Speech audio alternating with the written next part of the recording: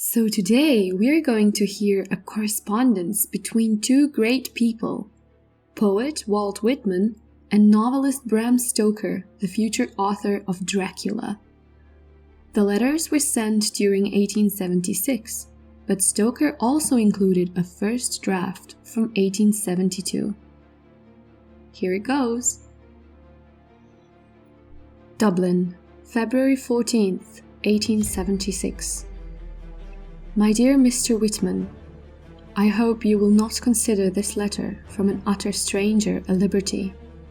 Indeed, I hardly feel a stranger to you, nor is this the first letter that I have written to you.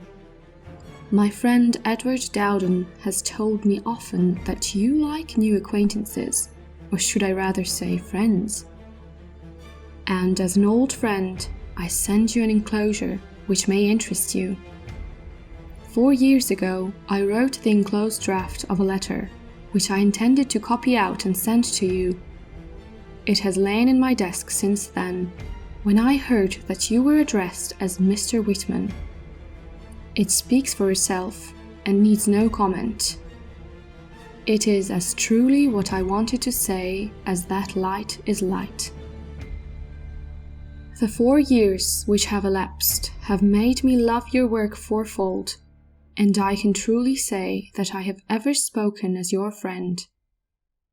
You know what hostile criticism your work sometimes evokes here, and I wage a perpetual war with many friends on your behalf. But I am glad to say that I have been the means of making your work known to many who were scoffers at first. The years which have passed have not been uneventful to me, and I have felt and thought and suffered much in them, and I can truly say that from you I have had much pleasure and much consolation, and I do believe that your open, earnest speech has not been thrown away on me, or that my life and thought fail to be marked with its impress. I write this openly because I feel that with you one must be open. We have just had tonight a hot debate on your genius at the Fortnightly Club, in which I had the privilege of putting forward my views, I think with success. Do not think me cheeky for writing this. I only hope we may sometime meet, and I shall be able perhaps to say what I cannot write. Dowden promised to get me a copy of your new edition, and I hope that for any other work which you may have, you will let me always be an early subscriber. I am sorry that you're not strong. Many of us are hoping to see you in Ireland. We had arranged to have a meeting for you. I do not know if you like getting letters. If you do, I shall only be too happy to send you news of how thought goes among the men I know. With truest wishes for your health and happiness, believe me, your friend, Bram Stoker. Draft. Dublin, Ireland, February 18th, 1872. If you are the man I take you to be, you will like to get this letter. If you are not, I don't care whether you like it or not, and only ask you to put it into the fire without reading any farther. But I believe you will like it. I don't think there is a man living, even you, who are above the prejudices of the class of small-minded men, who wouldn't like to get a letter from a younger man, a stranger, across the world, a man living in an atmosphere prejudiced to the truths you sing and your manner of singing them. The idea that arises in my mind is whether there is a man living who would have the pluck to burn a letter in which he felt the smallest atom of interest without reading it. I believe you would, and that you believe you would yourself. You can burn this now, and test yourself, and all I will ask for my trouble of writing this letter, which for all I can tell you may light your pipe with or apply to some more ignoble purpose, is that you will in some manner let me know that my words have tested your impatience. Put it in the fire if you like. But if you do, you will miss the pleasure of this next sentence, which ought to be that you have conquered an unworthy impulse. A man who's uncertain of his own strength might try to encourage himself by a piece of bravo, but a man who can write, as you have written, the most candid words that ever fell from the lips of a mortal man, a man to whose candour Rousseau's Confessions is reticence, can have no fear for his own strength. If you have gone this far, you may read the letter, and I feel in writing now that I am talking to you. If I were before your face, I would like to shake hands with you, for I feel that I would like you. I would like to call you comrade, and to talk to you as men who are not poets do not often talk. I think that at first a man would be ashamed, for a man cannot in a moment break the habit of comparative reticence that has become a second nature to him. But I know I would not long be ashamed to be natural before you. You are a true man, and I would like to be one myself, and so I would be towards you as a brother and as a pupil to his master. In this age, no man becomes worthy of the name without an effort. You have shaken off the shackles, and your wings are free. I have the shackles on my shoulders still, but I have no wings. If you are going to read this letter any further, I should tell you that I am not prepared to give up all else so far as words go. The only thing I am prepared to give up is prejudice, and before I knew you, I had begun to throw overboard my cargo, but it is not all gone yet. I do not know how you will take this letter. I have not addressed you in any form, as I hear that you dislike to a certain degree the conventional forms in letters. I am writing to you because you are different from other men. If you were the same as the mass, I would not write at all. As it is, I must either call you Walt Whitman or not call you at all, and I have chosen the latter course. I don't know whether it is usual for you to get letters from utter strangers who have not even the claim of literary brotherhood to write you. If it is, you must be frightfully tormented with letters, and I am sorry to have written this. I have, however, the claim of liking you, for your words are your own soul, and even if you do not read my letter, it is no less a pleasure to me to write it. Shelley wrote to William Godwin, and they became friends. I am not Shelley, and you are not Godwin, and so I will only hope that sometime I may meet you face to face, and perhaps shake hands with you. If I ever do, it will be one of the greatest pleasures of my life. If you care to know who it is that writes this, my name is Abram Stoker, Jr. My friends call me Bram. I live at 43 Arcot Street, Dublin. I am a clerk in the service of the Crown on a small salary. I am 24 years old, have been champion at our athletic sports, Trinity College, Dublin, and have won about 12 cups.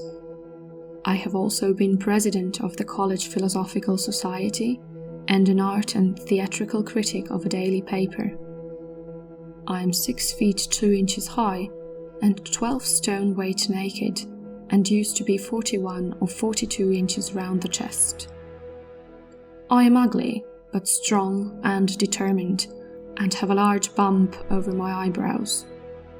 I have a heavy jaw and a big mouth, and thick lips, sensitive nostrils, a snub nose and straight hair. I am equal in temper and cool in disposition, and have a large amount of self-control, and am naturally secretive to the world. I take a delight in letting people I don't like, people of mean or cruel or sneaking or cowardly disposition, see the worst side of me. I have a large number of acquaintances and some 5 or 6 friends, all of which latter body care much for me. Now I have told you all I know about myself. I know you from your works and your photograph, and if I know anything about you, I think you would like to know of the personal appearance of your correspondence. You are, I know, a keen physiognomist. I am a believer of the science myself, and am in a humble way a practicer of it. I was not disappointed when I saw your photograph, your late one especially. The way I came to like you was this. A notice of your poems appeared some 2 years ago, or more, in the Temple Bar magazine. I glanced at it and took its dictum as final, and laughed at you among my friends. I say it to my own shame, but not to my regret, for it has taught me a lesson to last my life out, without ever having seen your poems. More than a year after, I heard 2 men in college talking of you. One of them had your book, Rossetti's edition, and was reading aloud some passages at which both laughed. They chose only those passages which are most foreign to British ears, and made fun of them. Something struck me that I had judged you hastily. I took home the volume and read it far into the night. Since then, I have to thank you for many happy hours, for I have read your poems with my door locked late at night, and I have read them on the seashore, where I could look all around me and see no more sign of human life than the ships out at sea. And here I often found myself waking up from a reverie with the book lying open before me. I love all poetry, and high, generous thoughts make the tears rush to my eyes. But sometimes a word or phrase of yours takes me away from the world around me, and places me in an ideal land, surrounded by realities more than any poem I've ever read. Last year, I was sitting on the beach on a summer's day reading your preface to The Leaves of Grass, as printed in Rossetti's edition. For Rossetti is all I have got till I get the complete set of your works which I have ordered from America. One thought struck me, and I pondered over it for several hours. The weather-beaten vessels entering new ports. You who wrote the words know them better than I do. And to you, who sing of your own land of progress, the words have a meaning that I can only imagine.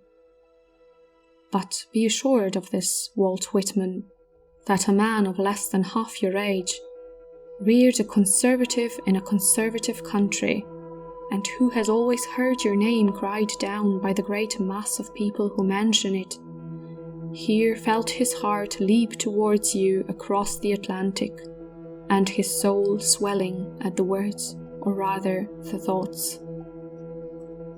It is vain for me to try to quote any instances of what thoughts of yours I like best, for I like them all, and you must feel that you are reading the true words of one who feels with you.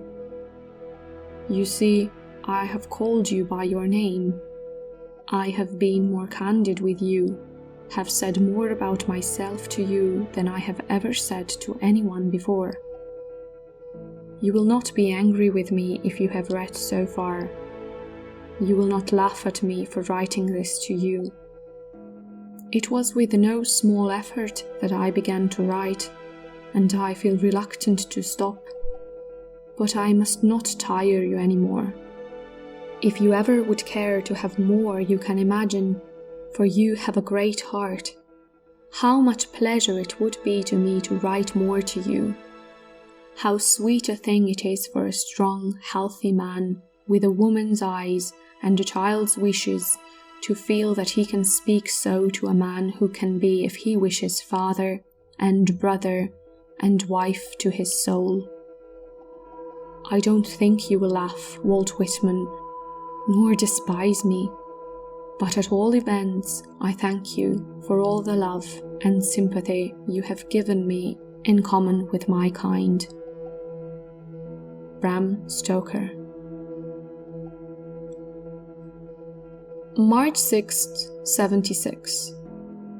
My dear young man, your letters have been most welcome to me as person and as author. I don't know which most. You did well to write me so unconventionally, so fresh, so manly, and so affectionately too. I too hope, though it is not probable, that we shall one day meet each other. Meantime, I send you my friendship and thanks. Edward Dowden's letter containing among others your subscription for a copy of my new edition has just been received. I shall send the books very soon by express in a package to this address. I have just written E.D. My physique is entirely shattered, doubtless permanently, from paralysis and other ailments. But I am up and dressed, and get out every day a little. Live here quite lonesome, but hearty and good spirits. Write to me again. Walt Whitman. I would say it was very interesting to hear this young, enthusiastic author, just 24 years old at the time he wrote the first draft of his letter, writing to his role model, to the great poet Walt Whitman. And of course, even nicer to hear the answer, to hear that he got an answer from Walt Whitman. I hope you enjoyed listening to this wonderful letter. If you like this video, support us by hitting the like button and subscribe to our channel. See you in our next episode.